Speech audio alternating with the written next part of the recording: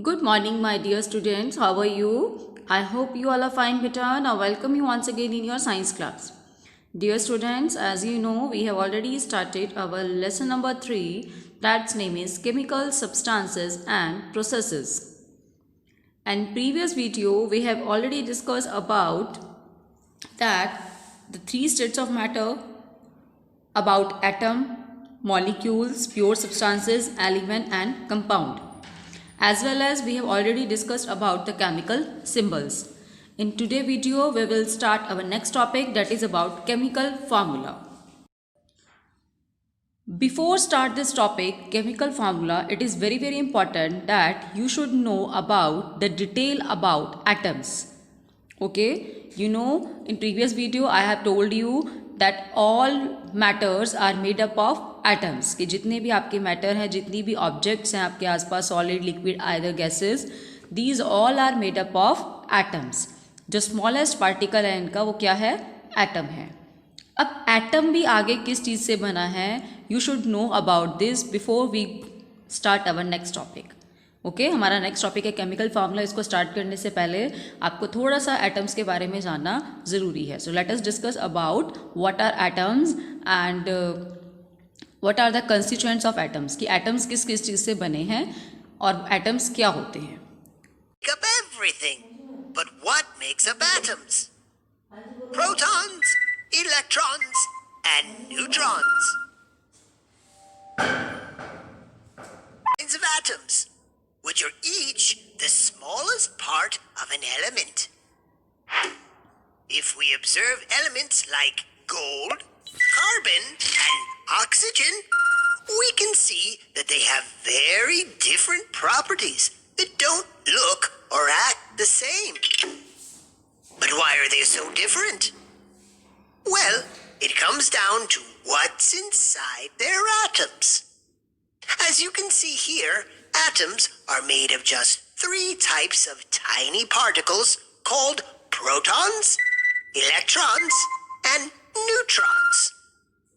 And each of these tiny particles does something special.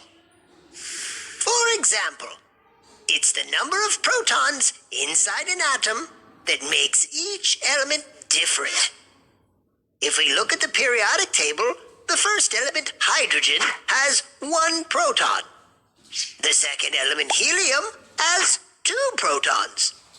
And the third element, lithium, has 3 protons. This goes on all the way up to the 118th element, oganesson, which has, that's right, 118 protons in its nucleus. By the way, the number of protons in an atom is also called its atomic number, which you can see here on the periodic table of elements. Now, electrons are much smaller than protons, and they zip around protons at lightning speed, making up something called an electron cloud around the atom.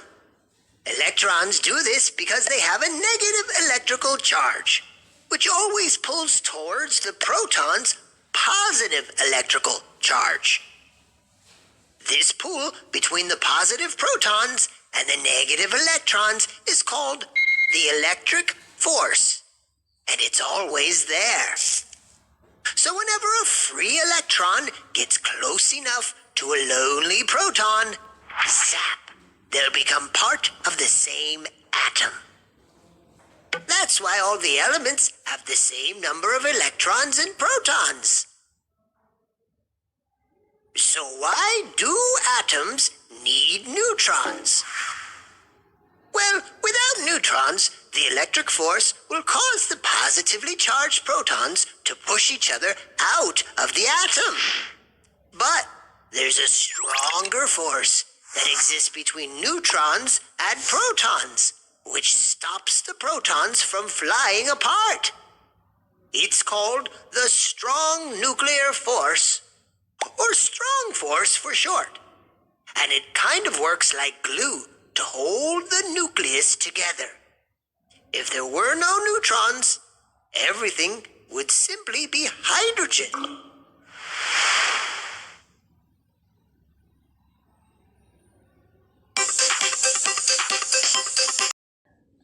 Yes बेटा, जैसे अभी आपने video में देखा कि जो हमारा जो एटम है, ठीक है, वो किस चीज़ से मिलके बना है, 3 चीज़ों से मिलके बना है। एटम के अंदर 3 पार्टिकल्स हैं।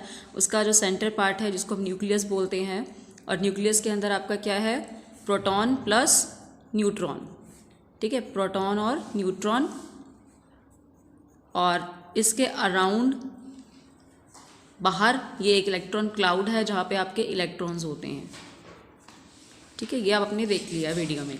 इनके बारे में आपको पता लग गया कि प्रोटॉन के ऊपर पॉजिटिव चार्ज होता है, इलेक्ट्रॉन्स के ऊपर नेगेटिव चार्ज होता है, और न्यूट्रॉन्स के ऊपर कोई चार्ज नहीं होता। ये आप ऑलरेडी देख चुके हो वीडियो में।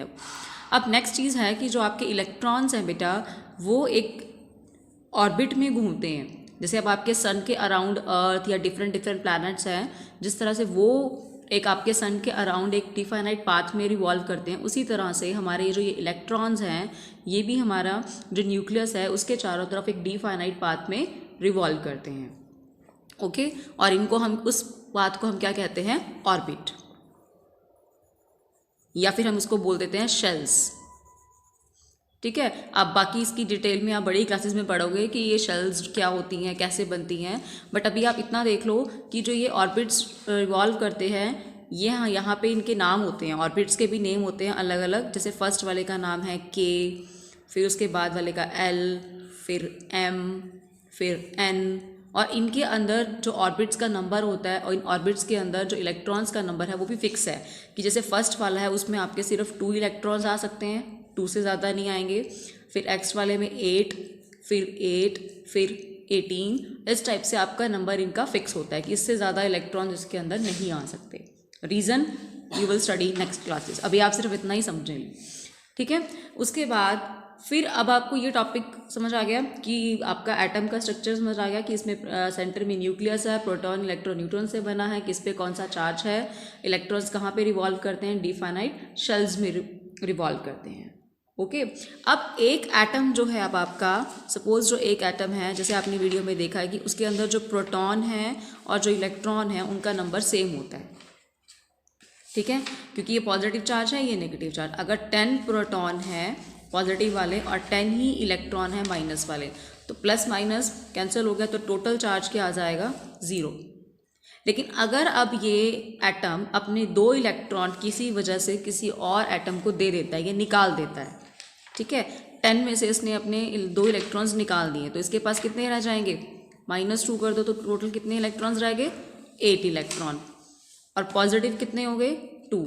अब इसने 2 इलेक्ट्रॉन्स निकाल दिए तो पॉजिटिव ज़्यादा हो गए, है ना, पॉजिटिव ज़्यादा होंगे। तो जो भी ये एटम होगा, what ever it is, suppose मैं इसको ए नाम दे देती हूँ, तो अगर इसने 2 इलेक्ट्रॉन्स निकाले हैं तो 2 पॉजिटिव ज़्यादा हो गए, तो इसके ऊपर चार्ज आ जाएगा 2 पॉजिटिव, ठीक है। एक और एग्जांपल देके बता देते हैं। सपोज अगर ये एक एटम बी है, इसके पास 6 पॉजिटिव इलेक्ट्रॉन थे, पॉजिटिव प्रोटॉन, एंड 6 इसके पास नेगेटिव थे, ये प्रोटॉन और ये इलेक्ट्रॉन। अब इसने इसमें से 2 या 1 निकाल दिया, तो कितने बचे, 5 इलेक्ट्रॉन्स। अब इसके पास कितने पॉजिटिव चार्ज ज़्यादा हो गया, 1, तो इसके ऊपर आपका आ जाएगा बी पॉजिटिव, यानी कि 1 चार्ज दिखाएंगे। जो ज़्यादा है हम उसी को शो करते हैं ऊपर।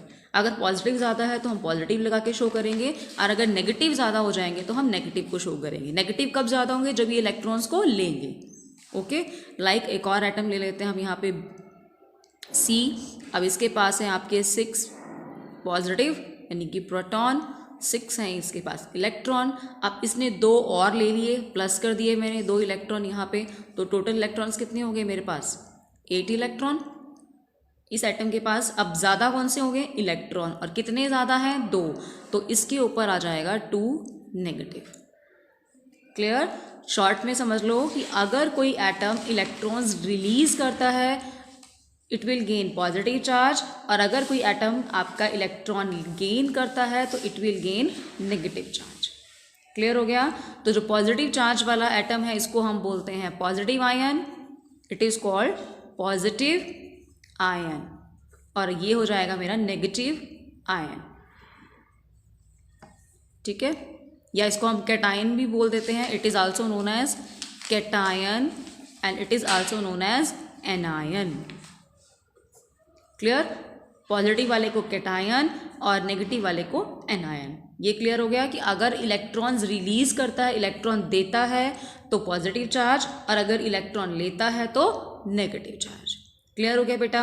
So this is all for today. आज का टॉपिक यही था हमारा, जिसमें आपने पढ़ा स्ट्रक्चर ऑफ एटम क्या है और उसके किस किस चीज़ से वो मिलके बना है, उसके कौन कौन से पार्टिकल्स हैं, उनके ऊपर कौन सा चार्ज होता है, फिर पॉजिटिव और नेगेटिव आयंस आपके कैसे बनते हैं, कैटायन एनायन फॉर्मेशन कैसे होती है। Clear? If you have any doubt, so you can ask me by message, by comments, anyway. Thank you.